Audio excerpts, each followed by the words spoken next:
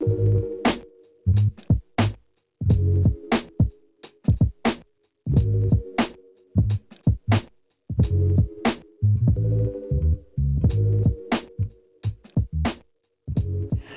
to the Osher Lifelong Learning Institute at UNC Asheville. I'm Catherine Frank. I'm the director here, and I wanted to thank Dr. Thais Ruffin, who's Director of Africana Studies here at the university, for connecting us to Mrs. Florence Mensah, who's our speaker today. She's from the University of Education in Winneba in Ghana, West Africa.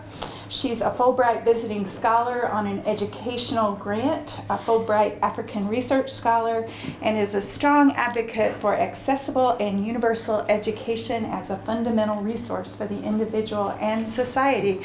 And I think that's such a wonderful way to all of us to connect, because education is such an important part of all of our lives here at the university. So thank you and welcome. Thanks. Hello, everyone. Hello. Yeah, it's the second time I'm going to say good morning, right? So you're all welcome to today's discussion. And I want to say thank you so much for making time to share ideas with us all. We want to go through by looking at the first slide that captions the topic under discussion for today, which is building education for sustainable development, a conceptual view. A conceptual view because there are several concepts or theories from other people concerning how education can be as sustainable as possible. And comparing the various views, I have come out with a personal suggested conceptual view that I would suggest, and we'll see if it can thrive in the educational system. So that is Florence, and I am from Ghana on a Fulbright visiting research scholar grant, and being hosted proudly by UNC Asheville, and I am glad to be with you. I want to also say thank you for Oli, this grant-winning international system, for granting me the opportunity to share my experience. So we have this outline that is going to guide our brief discussion for today. We would want to look at what the UN Sustainable Development Goals are about. And our concentration is going to be on the goal number 4, which is education. How education can help alleviate poverty and also create the ability for us to live a sustainable life, be as independent as possible, and make room for up-and-coming generations. Then I am a Ghanaian from West Africa, Ghana, and Ghana has also been partaking in a lot of activities educationally to be able to live a sustainable life. Ghana was part of the nations that signed up to the Sustainable Development Goals. So we would also look at the role Ghana is playing towards that. And with that regards, Ghana has an inclusive education policy, which was approved and launched in 2016 after it had piloted inclusive education on 6 different models across 10 years. So finally, this year, September 2019, Ghana announced full inclusion throughout the nation. But I was not in Ghana. But I'm proud that dream has come to reality. Now we are all going to help to have a sustainable education. We would also look at 2 selected theories by certain educational, one from an educational point of view and the other from a financial point of view, because some people are of the view that education should be seen as an industry or an enterprise where you put in effort, resources, and you expect a return from it. The moment we all agree that education becomes an industry or an enterprise, more effort and guidelines will be adhered to, and some kind of passion will be added to it so we can all succeed. Yes, I will share my role as building sustainable education through these tags we can see there, or the subheadings we have. And yes, I have come to the US to find out about how inclusive education is being practiced, to go back and beef up or strengthen the policy that has been rolled out officially in this year. So I have gone through certain observational principles or certain of the observational settings, and I will share my views from what I got from those settings. So these are the 17 Sustainable Development Goals that has been agreed and signed by 193 UN member states. And their focus is to be able to elevate or strengthen the gap in poverty-stricken settings, and also to protect our planet. So we should begin thinking about how do we protect our planet? When the planet gets destroyed, the future generation coming will have nothing to live on or to live with. So as part of having a sustainable living, the planet is also captured. And also to be able to ensure that people enjoy peace and prosperity. And these goals are presumed to be achieved by the 193 UN member states by the year 2030. Meanwhile, in 2015, 191 UN member states had also met and agreed to see how poverty can be elevated. So you see, there have been a history of striving to take care of issues under poverty and leading a prosperous life with regards all the variables involved. And so, but Millennium Development Goals were supposed to have ended by 2015. And in 2015, the 193 UN member states met and set up another 17 goals under the Sustainable Development Goals to be achieved by 2030. Here we have the current assessment on the Sustainable Development Goals, and the efforts or the achievements can be found with the colors on the arrows. We all know that green is enrichment, like success. And when we see anything that is reddish or orange, I want to liken it to red and say, there is danger. So it's lying flat, like unattended to. And yellow, if we are looking at the principle of the traffic light, which says red means stop, there is danger. Yellow means get ready. And green means there is freedom. All is well, you could go.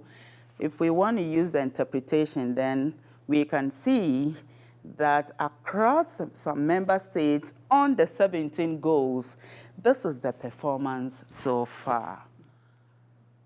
You can judge from this diagram what is actually happening. This thing is worrying me. So you could see that there are just 2 greens, which is success is low, and there are a number of rates lying low. So we need to work on a lot of things to be able to achieve that. And there are a number more of yellows. A little effort has been done.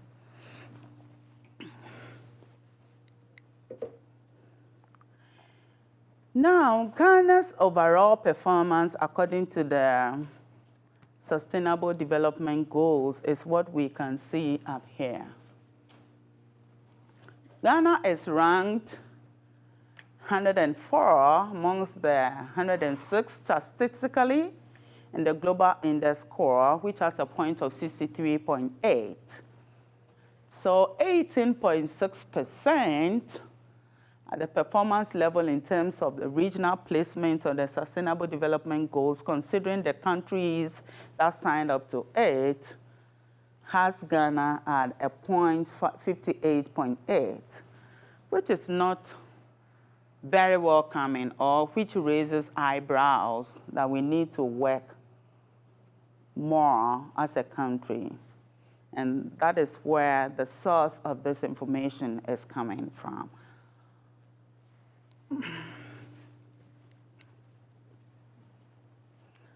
Our concentration for this presentation is goal number 4. And goal number 4 has 10 other variables that have been carved around it. I love the fact that they have been interconnected. This is a sign that we cannot achieve the Sustainable Development Goals, hopefully by 2030, by working solo or by separating our services. The arrows there around the goal number 4, which says, or which seeks to ensure that inclusive and equitable quality education and also to promote lifelong learning opportunities for all is achieved, has these 10 variables or targets around it. We are supposed to look at primary and secondary education. How far have we performed in terms of our primary and secondary education? If you are offering a service at a particular level without considering what is going on at the primary education level, then collaboratively, we are all not working to achieve that goal. Sometimes you might think you are working so hard, but if there is no interconnection, it will not yield any good fruit. We are also supposed to look at early childhood care and education.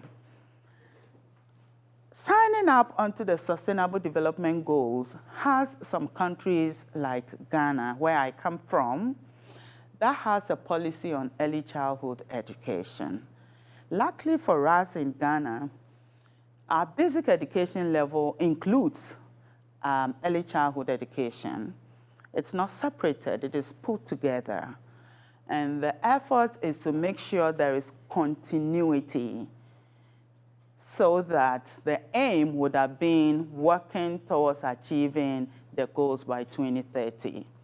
I have found that, but I stand to be corrected, that early childhood education up here, where I have come to observe, looks a bit more separated.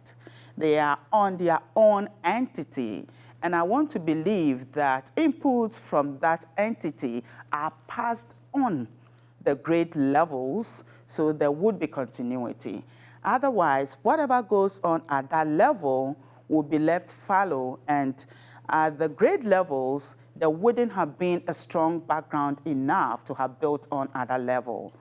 Let's take note, we are working towards continuity for sustainability. So we need to bridge that gap. Then yes, technical and vocational tertiary education. It's an area or a target area we need to consider. Skill for work.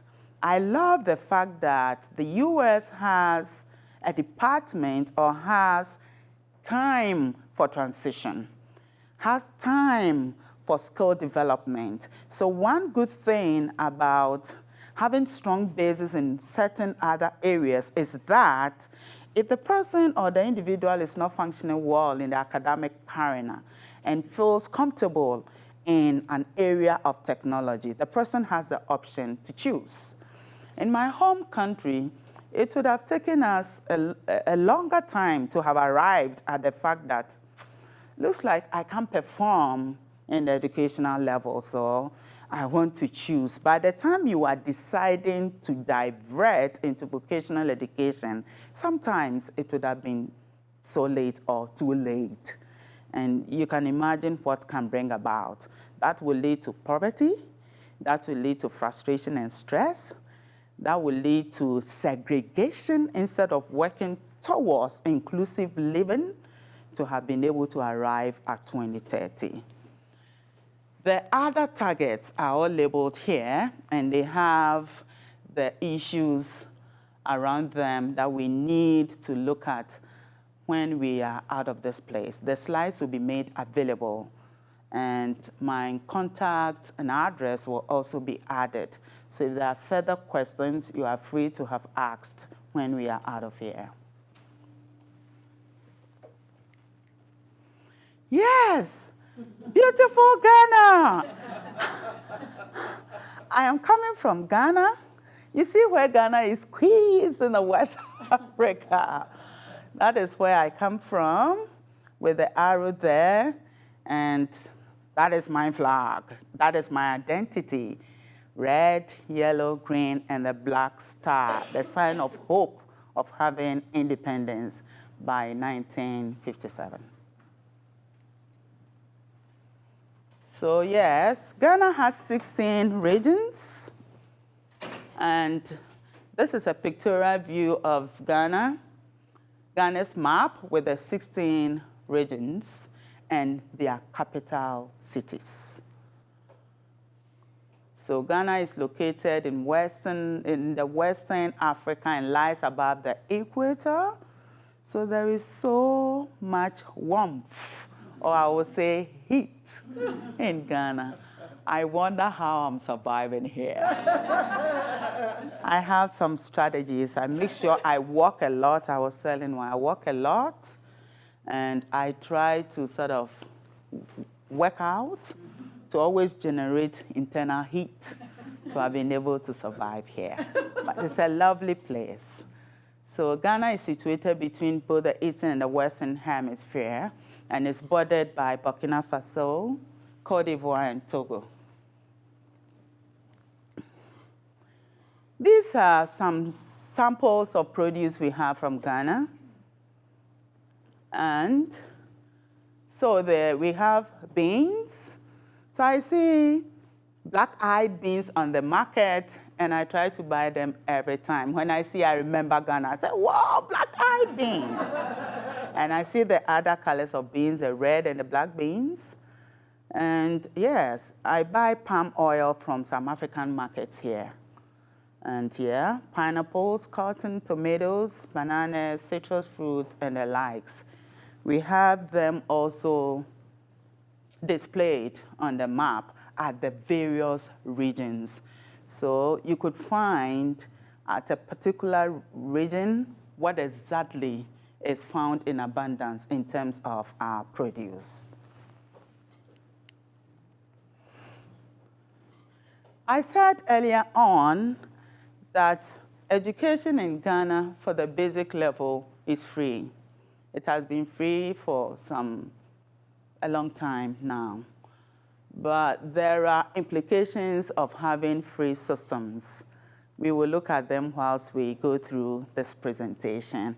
Free means everybody is going to come to school, and it will require resources, manpower, materials, space, and others.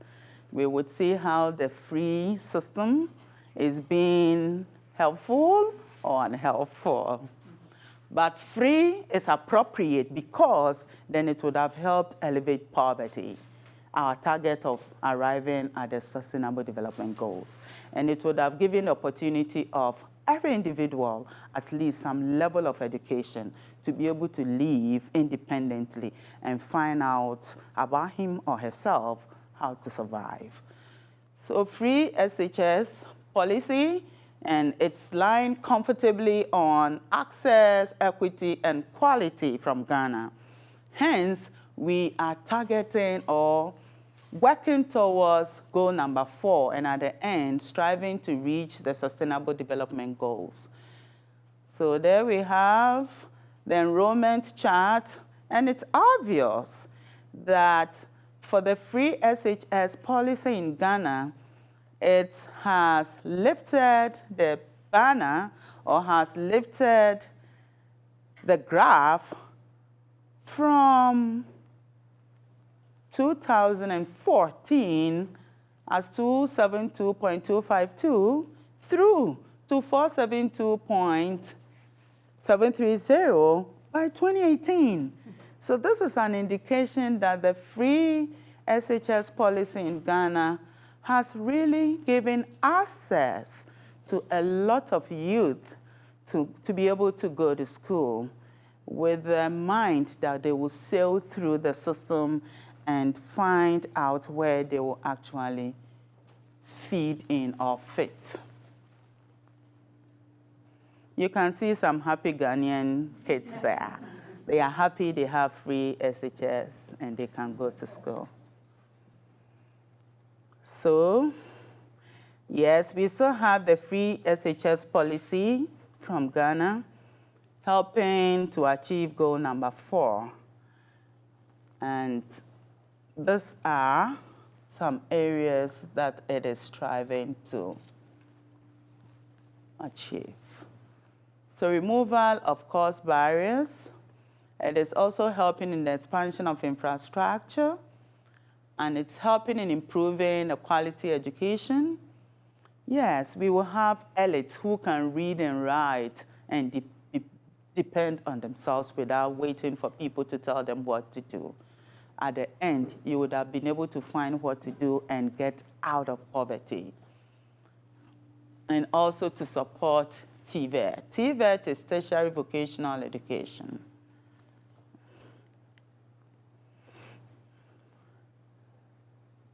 This is a typical pictorial view of a Ghanaian classroom. What are your views? It's obvious. Are we able to achieve, what do I say? To achieve individual attention, to produce support systems, and to work towards achieving goal number 4. This is a typical inclusive class in Ghana. So there are children with hearing impairment in this classroom.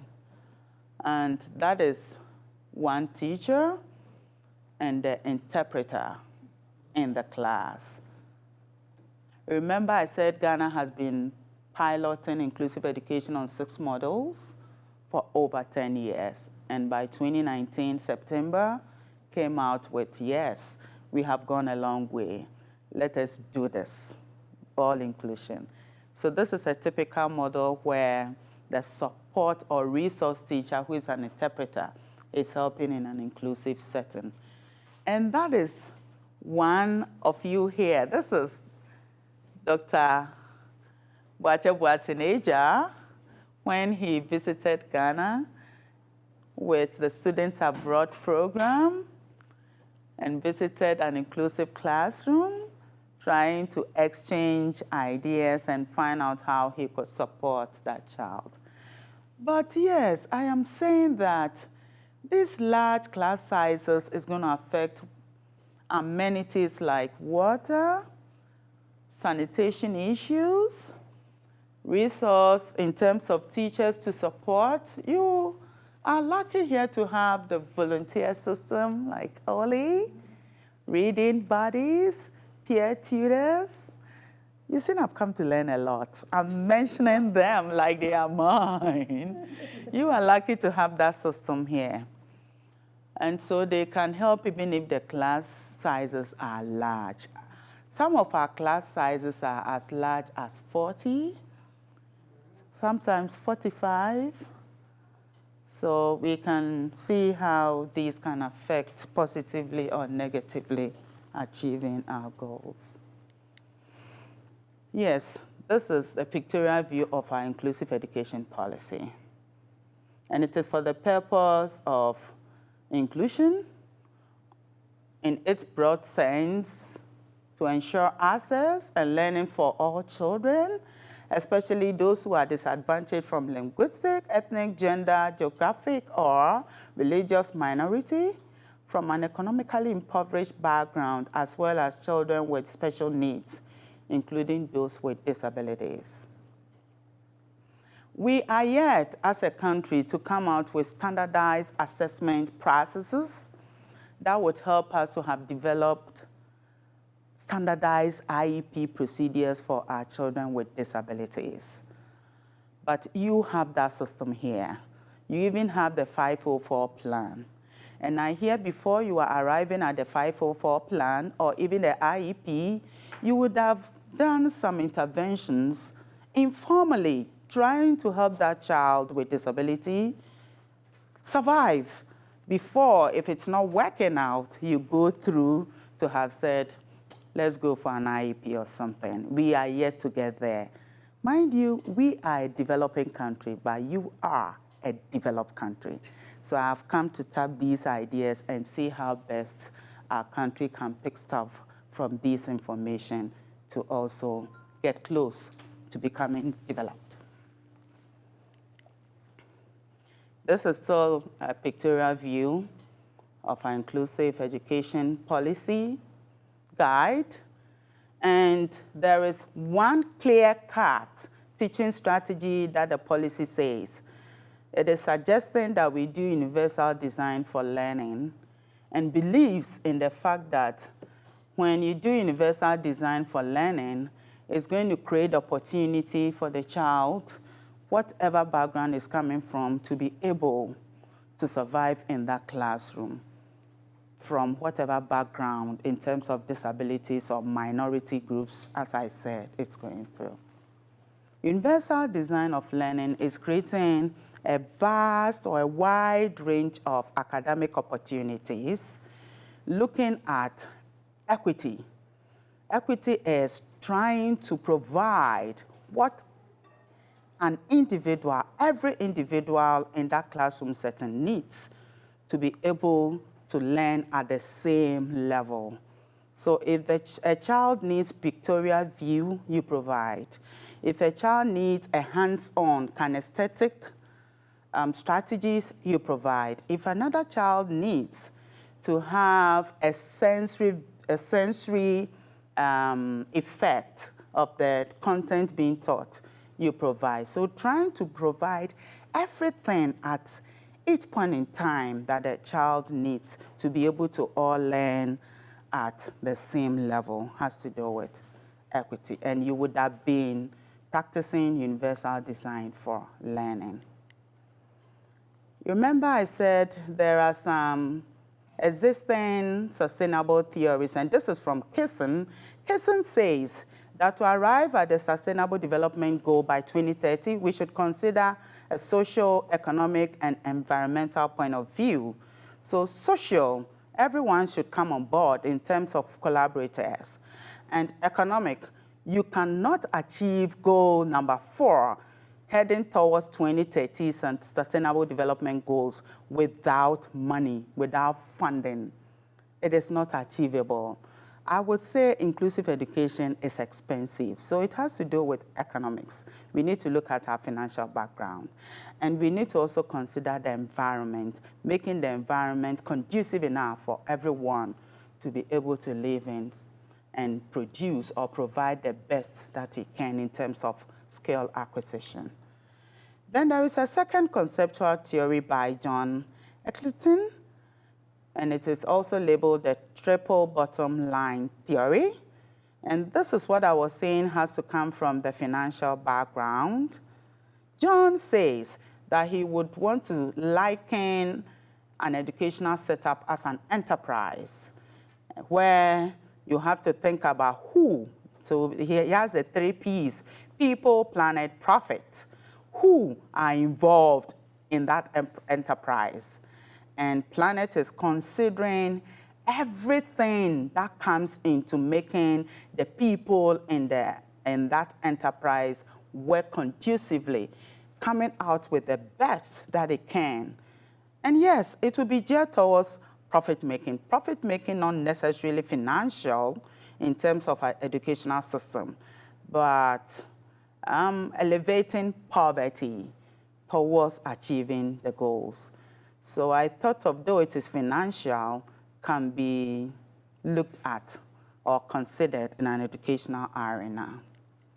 When I compared the 2 conceptual views, I have come out with this design or conceptual view that I'm saying we could look at when we leave here to see if it is workable. I would also want to try this when I go back to see if this can help. And so I came out with the 3 Cs, that there should be a lot of connections, and in the connection, we should look at equity, we should look at diversity, which is opening wide the range, inviting everybody on board. Whoever can help in educational success as stakeholders, come in and let's do this.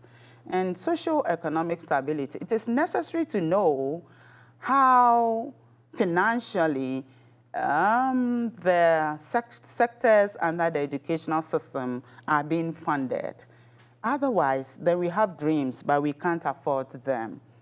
Yes, we need stakeholders on board. It is not only for the education people. Education involves a sound mind. It involves cleanliness, so we need the health on board. It involves funding, so we need the banking people on board. A lot of people have been funding our educational programs with their money. We need them on board. And also to have a reliable ecosystem. We say a healthy mind lives in a healthy body. So we need to take care of our sanity in terms of the collaboration. And in all that, we would have been having a sustainable nation and achieving our goals. So this is my suggested conceptual view. And I came up with the 3 Cs: connect, construct, and collaborate. Mind you, the arrows are interwoven. You can see they are not all pointing to one direction. So this is the sign of interconnectivity to be able to achieve that. This is my role in achieving a sustainable education. I am giving out a donation to a hospital when I took some students to help students who are learning at the University of Education, Winneba, how to be able to collaborate with parents having children with disabilities. So after we went there to the hospital and had a chat with them, we decided to give them a certificate for participating and did a few donations to them. That is my university, University of Education, Winneba, in the central region of Ghana. It has 4 satellite campuses, and that is what we see in the view. These are the satellite campuses.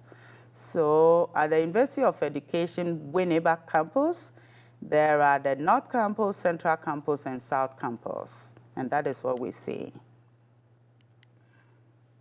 This is a typical lecture hall, and that is me with my students.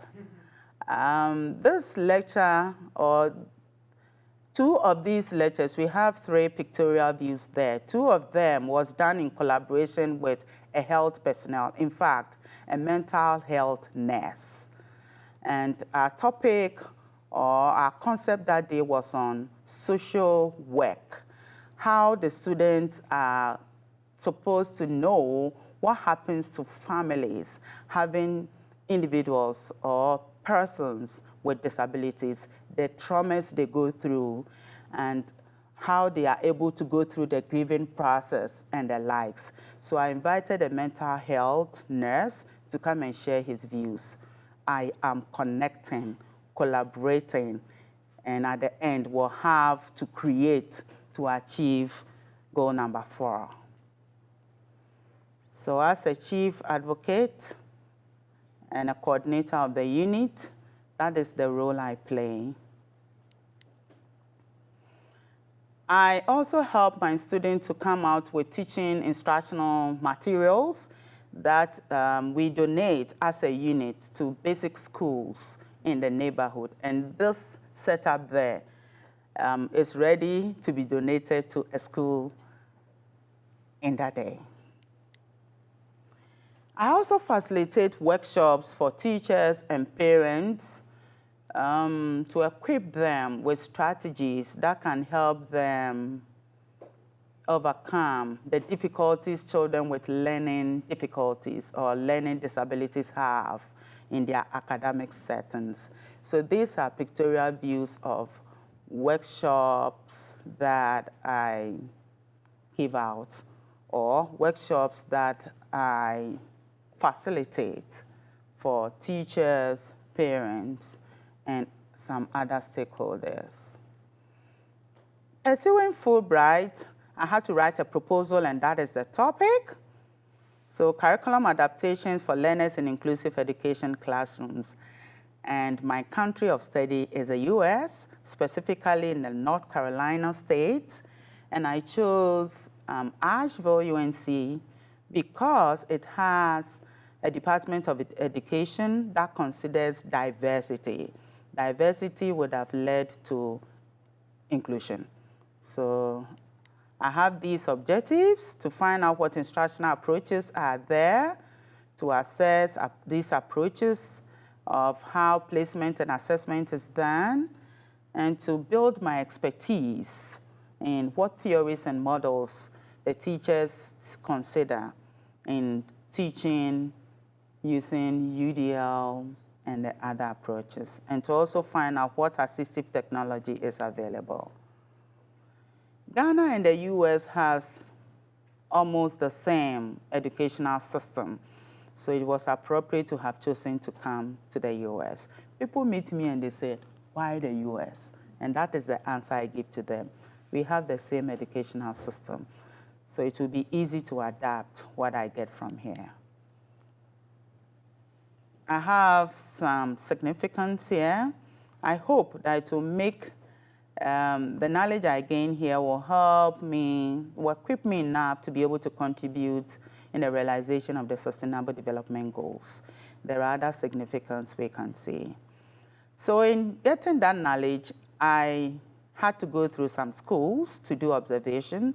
I've been to Bell Elementary, I've been to Eau Claire, I've been to Anchor, I've been to the PEP schools, PEP Elementary, PEP Middle, PEP High. I love that setting because at PEP, that is where you have individuals with significant disabilities having been included in the same class and being taught using various strategies.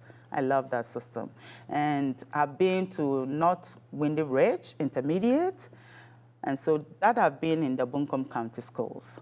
I moved into the Asheville schools just this week. So I've been at Asheville Middle, and I've been to Montfort yesterday. I'll continue next week. So these are photos of my visit. Yes, I've been to Read to Succeed. Have you seen I am trying to get all the stakeholders on board? So Read to Succeed gave me a name, and it says I should add that to my name. At Read to Succeed, we have this slogan, flexibility is my middle name. So I'll add that to mine, and I have some Read to Succeed fellows here. Hi, Roberta. Hi, thanks for your support. So there I am at Read to Succeed. I observed and had to undergo a 4-session training as a beginner, or for beginners training, to be able to help children with reading difficulties. And so started the beginning training, and that is a specific training session by the executive director, and that is an evidence that I was able to go through the training successfully. These are my observations so far in all the rounds that I've been going to. So yes, students with significant disabilities have been included in the US, and it is through the PEP system. I've seen it myself. And inclusive education is practiced per the requirement of IEPs. So I'm learning how constructively IEPs can be drawn so I can go and help back home. Yes, most teachers have a higher postgraduate or specialist training in the practice of inclusive education. And that, for me, is critical. You need the experts to be able to have gone through such a system successfully. I had this great support from former Fulbright scholars at the UNCA. They have always been there for me. If I have issues of settling or going through, I fall on them. My mentor is right in there in the person of Professor Thais Ruffin. She's here to support me as well. So I've also realized that teachers are mostly intrinsically motivated here in the US. You meet them, you chat with them, and they have the power, the zeal. They know what they are doing, and they try to hit the target. I love that energy. Teachers also teach geared towards test scores. It's an observation I have made. I'm still unfolding more about that style of teaching. And I saw a lot of co-teaching procedures or strategies in the inclusive education system. There is a lot of technology application here in the US. No wonder, it's an advanced country. And so every institution I visited had its either district-wide technology acquired for them or institutional-wide. Some teachers even have their own technological applications that they put all together to help them teach successfully. That is what I love about iReady and the likes. There are a number of them, so enormous. Excellent volunteerism is found here. And this model I want to carry along. I know people here will help me to know exactly how to go about this. So Ollie, I charge you to help me achieve this dream. So you have the grandparents teaching, you have the retirees teaching, you have reading buddies, and what is marvelous to me is the peer tutors.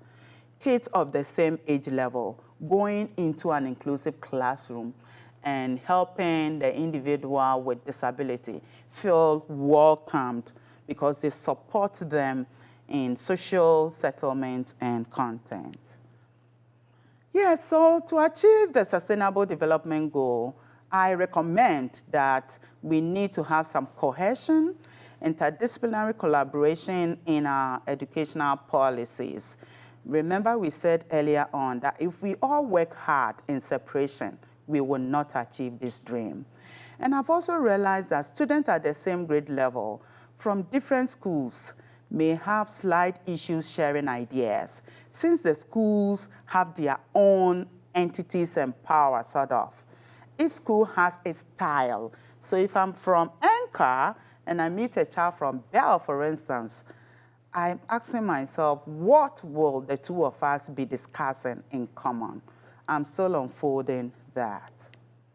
In conclusion, I say sustainability in education can be achieved when we interconnect our activities because the Sustainable Development Goals are by themselves interwoven.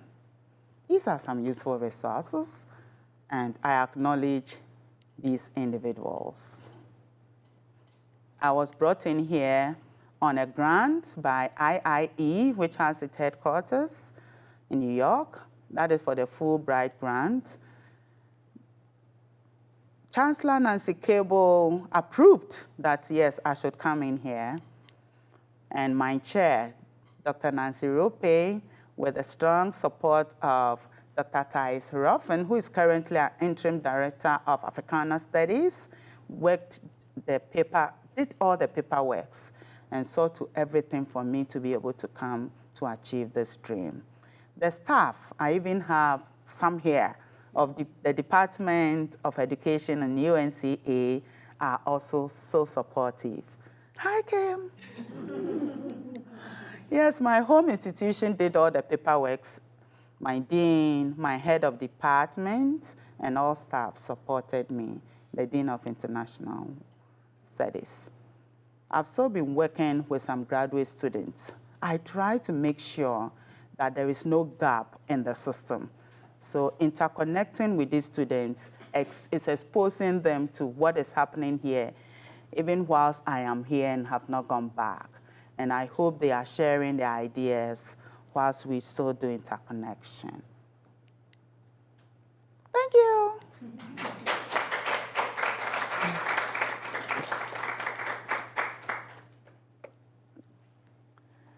The floor is open if you have questions, if you want clarity, you can. Thank you. I just had a question about your diagram. On the left with the connectors, it was kind of a tube shape. Is there a reason for that? Okay, the diagram I came up with, right? This one. That. Yes, it has a tube shape, and this means that by the time we are having the collaboration brings about a common idea. When we are collaborating, it is in a diverse arena, so a lot of people come into the collaboration. And our focus as collaborators in the middle of the diagram there is geared towards one goal, which is the Sustainable Development Goal 4 for education, moving through into the tunnel of the Sustainable Development Goal to be achieved by 2030. That is why I tried to put all of them from that broad spectrum of diversity and pulled it into that narrow way that we will get there if we all spread out. You're welcome. Okay, Vera. I have the advantage of I was a special ed teacher for 35 years, and I taught pre-1977, which is when the federal statute came through here demanding education for all children. I started in 72. Don't figure out my age. Anyway, prior to that time, children who had severe disabilities were refused to go to school. They were hidden away. Now, it wasn't that in 1977 everything changed right away. It's taken a lot of growth and time. But now we have different systems in different states.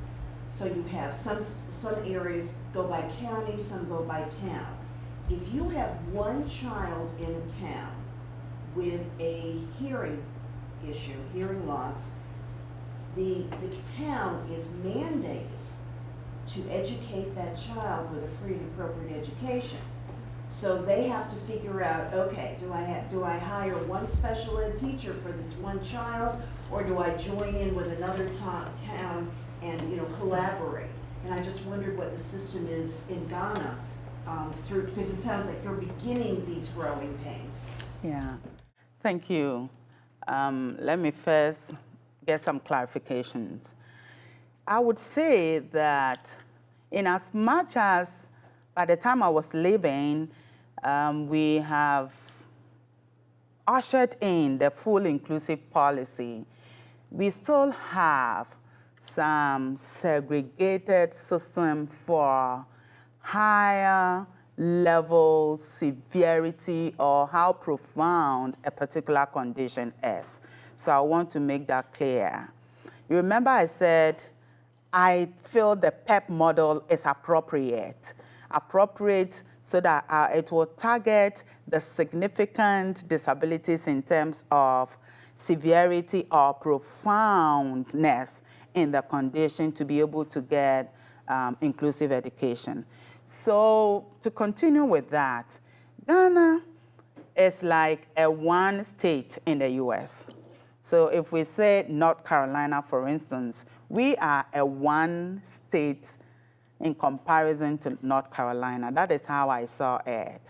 And so we have a common educational system coming from the headquarters of that state, which is in Accra.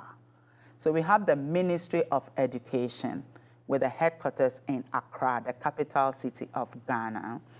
And we operate through that educational system and policies through the 16 regions that I showed on the slide. So there are regional education directors, and the regional education directors also work or disseminate down the ladder through district education directors. So yes, if we have a child, for instance, with a hearing problem, let's say identified, I will use Winneba, where I am, as a typical example. If you met a child, let's say in the market or at church or in a regular school, identified through observation or some interview or complaint from a parent or a teacher as having a hearing difficulty, that child would have gone through some form of assessment with the assessment center situated across the various regions. And so Winneba to Accra is about 45 minutes drive, so I'll say to Winneba. And there is an audiological center on campus of University of Education, Winneba. So if that child is, for instance, referred there, and it is arrived at that, this child has a hearing problem, if it needs a hearing aid, the child is given. If it needs some form of tuition strategies, the child is given those strategies with the help of a resource teacher within the regular education system. So that child lives, if it is a mild or a moderate condition, amongst the regular ed system, and a resource teacher with expertise of the knowledge in hearing impairment is there to do interpreting and sometimes note-taking, breaking the content into bits for the child to be able to understand right in there, the regular ed classroom. If I answered your question, this is a typical case of how a hearing impaired child, for instance, identified, is educated in a typical school like the South Campus University Practice School. Yeah.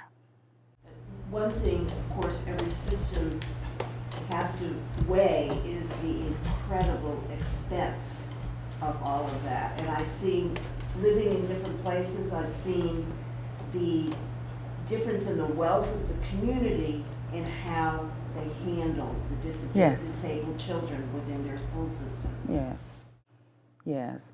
So that talks about the fact that the economic status of that community must be strong and willing. Some communities are equipped in terms of finances, but they don't understand the need why they should support the educational system. So yes, let's say Asheville is endowed with funds, but is Asheville ready from the community point of view to support financially the educational systems around? That is what is critical. We need everyone on board.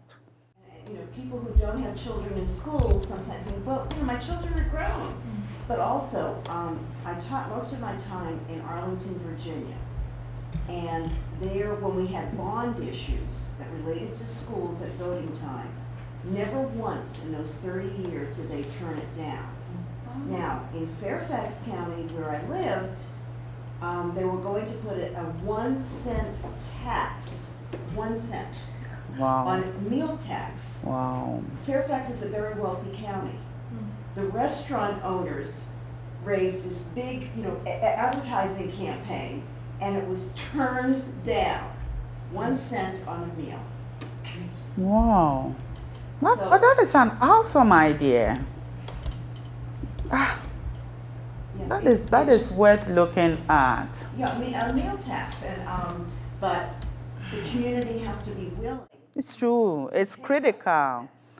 And sometimes it's not the fault of the community. If the community does not understand the need to contribute to education, it wouldn't be their fault for not helping. So sometimes we need to create awareness. we sometimes think people should know things by magic, or I know, so I expect you to know. Awareness is important in the things we do. So in addition to all that we are doing to help the process complete, we should always remember to create awareness. Create awareness of the successes of what you are doing, and that will convince other reluctant members in the community to come on board to support when they see your successes. Yes. Thanks. Teacher salaries in the U.S. range all around the U.S. And I know that. So here's my question. It's about at the University of Education of Winneba. How many of your graduates end up staying or going out into the field and working in education? Because I know teacher salaries in Ghana are fairly low. Well, that's an interesting question. Teacher salaries have been an issue ever since I was born. And I was chatting with someone that I wasn't expecting to have met the same issue here in the States. I assumed that the state has all the worth, so teacher salaries wouldn't have been a case. But I have also gotten to know that issues around teacher salaries are different with regards each state in the United States. That is something I've got to know.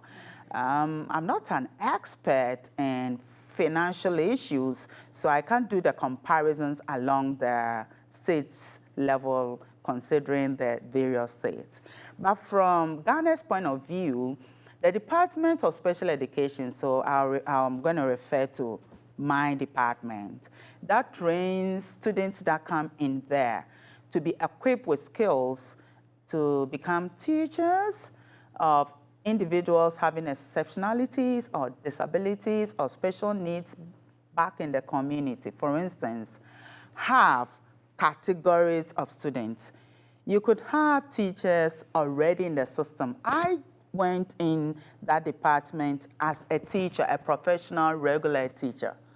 And I was given a steady leave with pay as a student when I went through the undergraduate 4-year education system.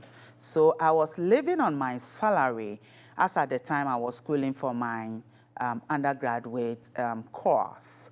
So that is one category. You could also have students with senior secondary school level, which is senior high, who also gain direct admission into the university and to that department. So they wouldn't have been working and wouldn't have been on salary, who have also come in. So there are two different groups. The matured students, so I was a matured student. I was above 25 and was working. And the direct students, that is what we call them, those straight from the SS who are not working and are not living on any salary. We both have schooled. It is automatic that I will be comfortable on the job because by the time I finish school and go back into the system, I was on steady leave with pay, so I still had my salary. So issues of retention around a typical person like me shouldn't be a problem because I was living on salary. And as I finished, was even upgraded because now I have my first degree education. But the individual who wasn't on salary, it's obvious, now would have the choice of, can I really live in this system? Or I've gotten the degree, so I want to switch. I can't tell the statistics of retention at that level, but I just want to say that teacher retention issues is a global problem. So yes, we also have teachers back home who don't want to be in the system because of low salary rates. We also have that problem, yeah. And so we are looking for strategies to have teachers stay on the job, yes. Did I answer the question? Okay. Yes. So I told you that I lived in Hong Kong for a while. So the last school that I visited, I wish I could remember the name of it, but, you know, I know that. Is that Lincoln? Well, we worked at Lincoln, Okay. and we actually had a program for teachers, organic teachers to come in for a weekend and do workshops, which was very successful. And people really loved it and took advantage of it. But, there's a school that I visited that I thought was very interesting. I wanted to share with you because of the idea of going back to Ghana Okay. and how you, like, look at the ways that people do things different Okay. and than we do that could also work. Okay. So I just thought this school was interesting, and you might know of it. It was a private school, and they brought the children in from the communities. What the person who gave us the tour of the school said was they looked at how people bought money on their phone. So if they needed phone credit, people would buy very small amounts of phone credit, right? And then when they need more phone credit, they would buy very small. They keep amounts buying of in small bits. Small, right? So with that in mind, because it feels like it's not like buying a big package for your phone, Okay. they said, your child comes to school with one CD at the gate every day, right? And with that one CD, they come into school, we give them their uniform, we give them a lunch, and we give them an education, okay? Because very often, even for the public school, children couldn't go because they couldn't afford their uniform, or they couldn't, Yeah. things like that, right? Yeah. So here they're saying, you come with one CD, you get in the gate, and they had like a little ticket thing. I get And it. every month, they got 3 days free, like, if they couldn't Okay. come up with a CD that day, Okay. they get a pass. So I just thought that was so interesting. The thing though, was that they had a very structured curriculum. This is what we teach in preschool, this is what we teach in first grade. And everything, well, like I looked at their manuals and their teacher manuals, so their teachers were not educated as teachers. Okay.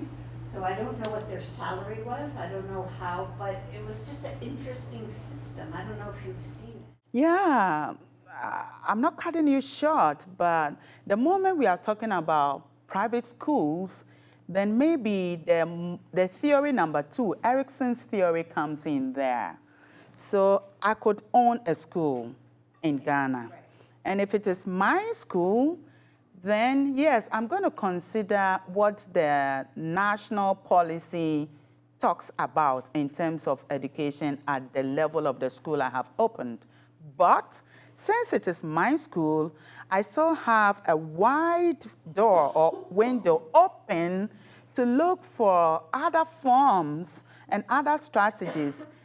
Because it's mine, it's become like a business or a private entity. And so I need several strategies to keep that entity moving on. Otherwise, the school will collapse. So I see most of the private schools bringing into their system foreign curriculum to adapt to what the nation has provided. And with that regards, a lot of them are able to chunk successes. And with that, they have a lot of collaborations too. Because it's private, you still have some flexibility. So whoever you need on board that business to be successful, you bring on board.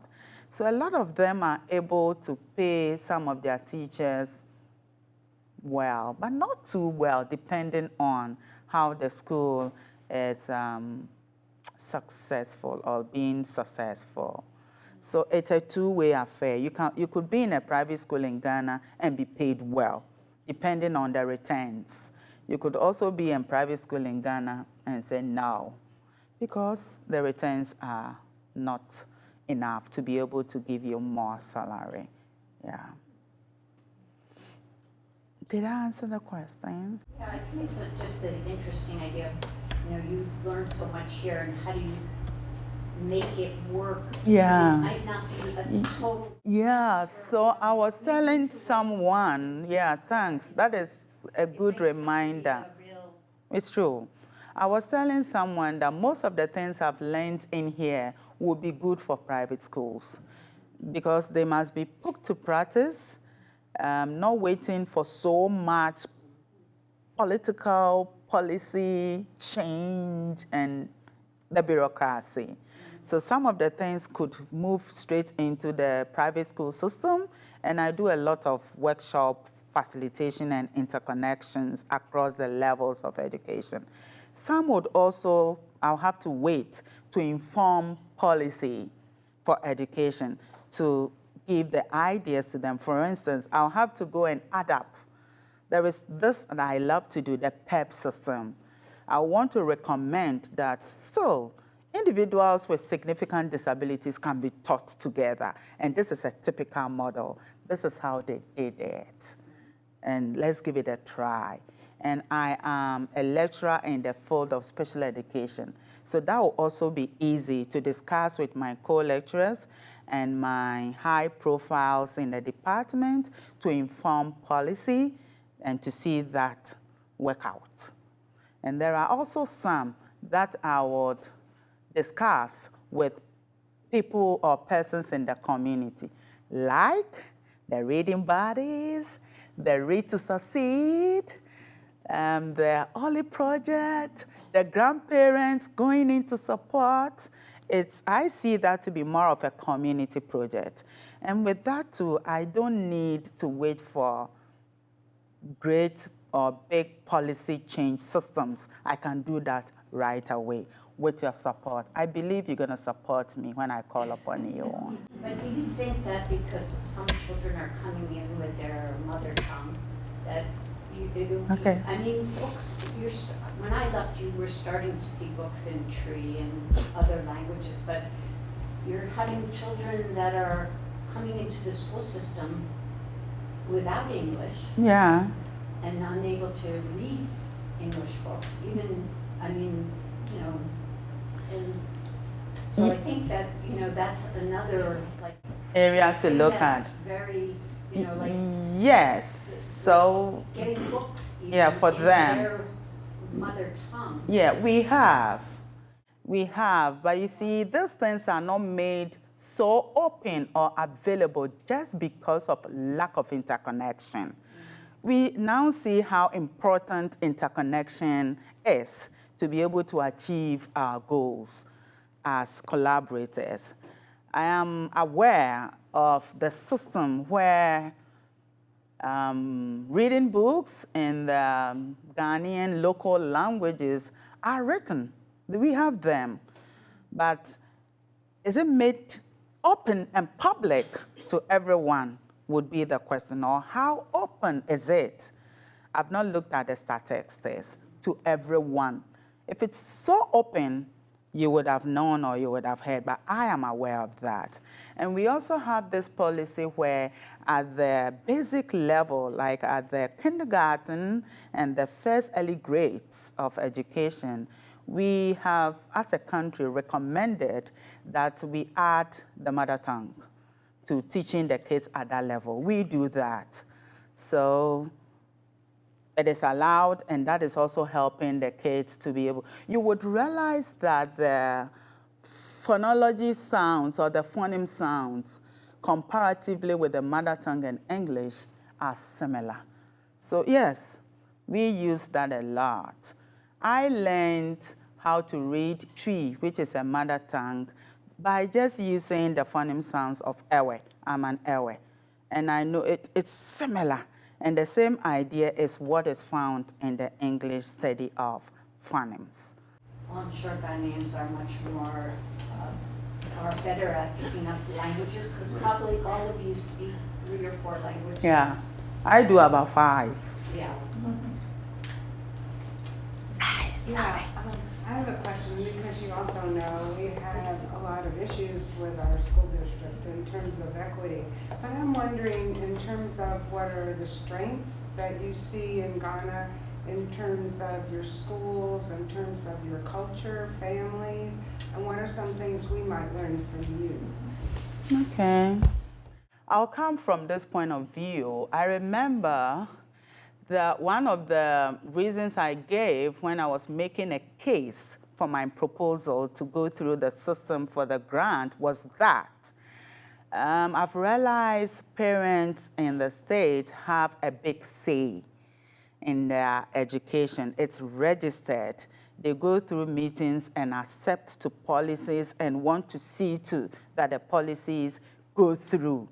But we do that in Ghana, but the strength of the parent in terms of policy and decision making for their kids' education, comparatively, it's minimal. So let's assume that we want to look at diversity, and usually I always would want to pick a typical scenario so that I'm able to explain it better. So diversity for kids having issues with language in the central region and Winneba. Winneba has a typical dialect known as the Efutu. Efutu already means it's mixed up. Futu is mixed up. There is no clear cut of the dialect. You will find other dialects running through that common dialect. So a child is situated in Winneba, for instance, and is coming for, Winneba is a coastal area. We do a lot of fishing there. It's our main source of living. So it's coming from a parent that has to do fishing as a living. And so if there is no fish or there is no bumper harvest, there are issues with economic living. So a child coming from a poor home, a child coming from a language area that is mixed up, and a child that is aged, like grown out of the grade levels as you have here to have come to school. So a 16-year-old girl, but in grade 3, and coming from a parent who are poor. And so we have 3 variables of diversity, but that child has free access to school. How would that child be catered for? Since it's a girl, there is a girl child education policy system in Ghana. And Winneba has a typical project on gender, which is girl, for girl education, that we go through. So that child becomes a typical case to be part of that project.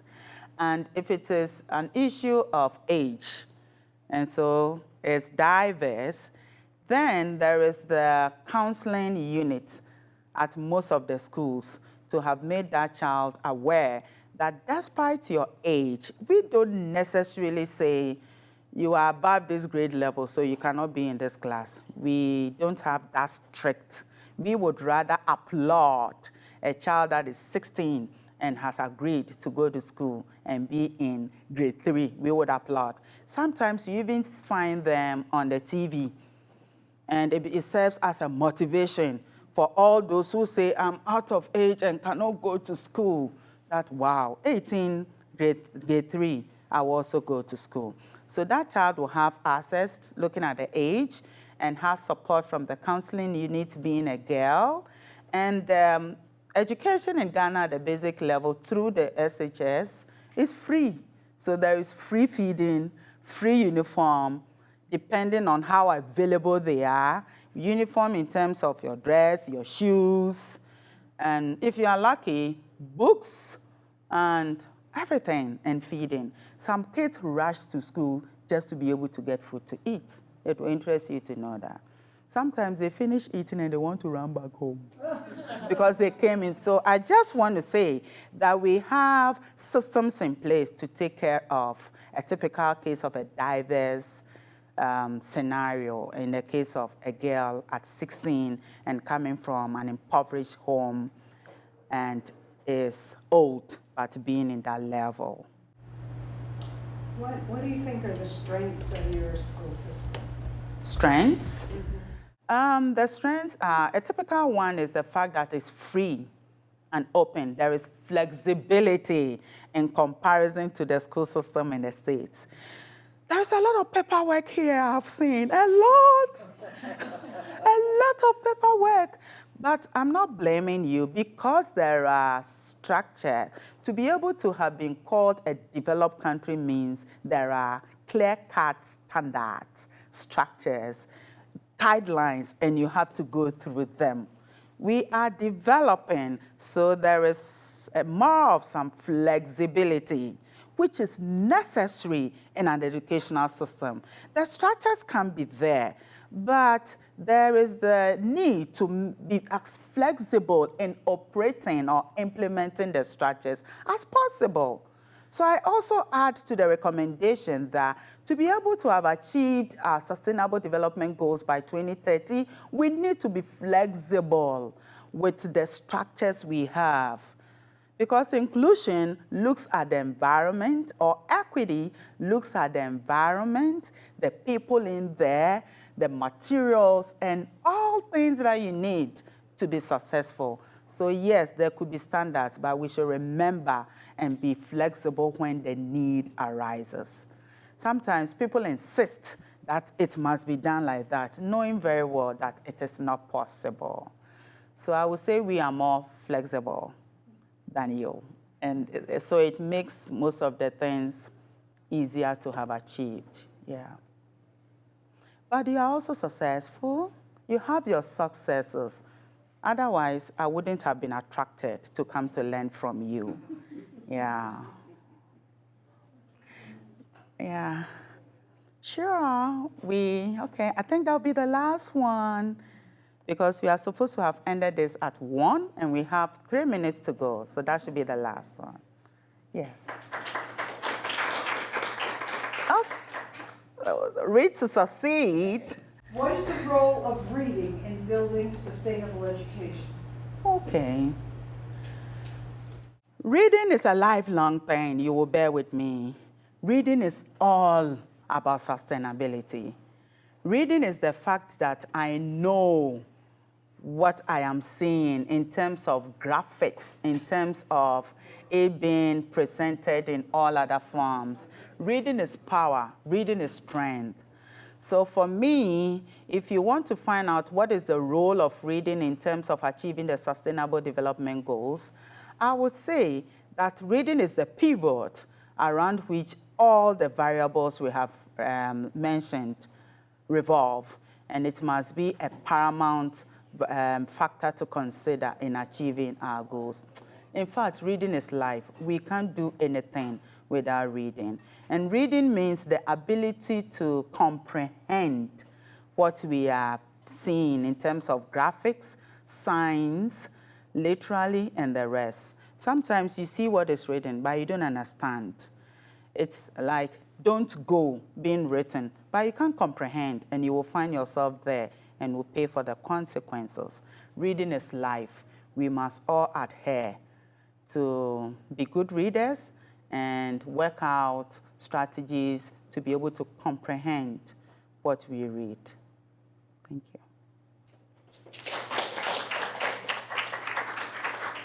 Once again, thank you all for making time to be part of this discussion, and have a wonderful afternoon and a day. Thank you.